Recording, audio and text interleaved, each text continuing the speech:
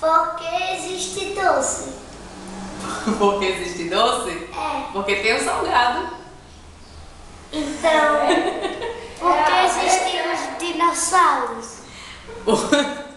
Os dinossauros, peraí. Porque os dinossauros, eles foram os primeiros habitantes da Terra. Então, assim, depois dos dinossauros, e quando eles morreram e tudo, aí veio a gente. Aí Deus criou a gente. Mas os dinossauros existiram antes da gente. Aí agora estão encontrando os ossos dele. Aí quer dizer que aí eles se enterraram, não foi? Foi. Aí Eles morreram. Eles morreram. Aí ficaram na Terra, aí veio, depois de milhões e milhões e milhões de anos. Mas mãe, Deus ele existia Na era dos dinossauros. Existia, que foi ele que criou os dinossauros. Prossiga, continue.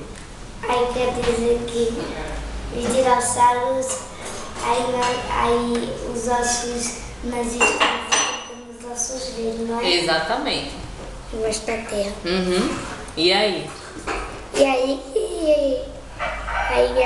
que vai vir um terremoto e a gente vai morrer. Ixi, Maria, igual os dinossauros? É? Não, vai não. A gente vai morrendo aos poucos.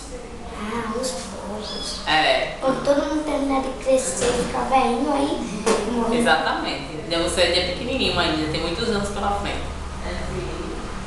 Eu completar 20 anos, não é? Quer dizer, 40 anos, não é? É, 60 anos, 70 por aí que tu vai morrer. 40. E é? Aí, Vá, continue a próxima pergunta. Quem tá te entrevistando sou eu.